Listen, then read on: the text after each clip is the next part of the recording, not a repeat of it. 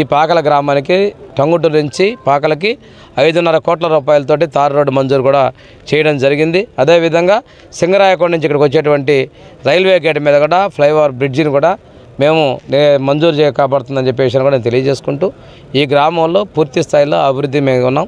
అదేవిధంగా బీచ్లో ప్రాణాలుగా జరగకుండా ఒక బేవాచ్ టవర్ నిర్మాణాన్ని కూడా చేపట్టడం జరిగింది. బేవాచ్ టవర్లో పోలీసులు మనకి ఉన్నటువంటి మనకు వచ్చినటువంటి పర్యాటకులకు కావచ్చు, వ్యాపారం కావచ్చు, ఇబ్బందులు జరగకుండా కాపాడే విధంగా ఇస్తున్నాం. ఇది భవిష్యత్తులో ఊళ్ళపాలెం గ్రామంలో కూడా నిర్మాణం చేసే విధంగా చర్యలు తీసుకున్నా తెలియజేసుకుంటూ మా ప్రాణాల కోసం మేము అందరి బాధ్యతగా కట్టుబడి ఉన్నాం. అభివృద్ధికి సంక్షేమానికి కట్టుబడి ఉన్నాం.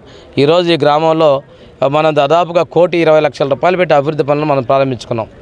మనం పూర్తి చేసుకోబోతా ఉన్న విషయాన్ని కూడా తెలియజేసుకుంటూ ఇది 10 నెలల్లో మేము చేసిన విజయానికి నిదర్శనం కూడా తెలియజేసుకుంటూ నెలలో తల్లికి వందనం ఎంతమంది పిల్లలుంటే అంతమందికి అన్ని 20,000 రూపాయలు ఇవ్వడానికి కూడా మేము సిద్ధంగా ఉన్నాం.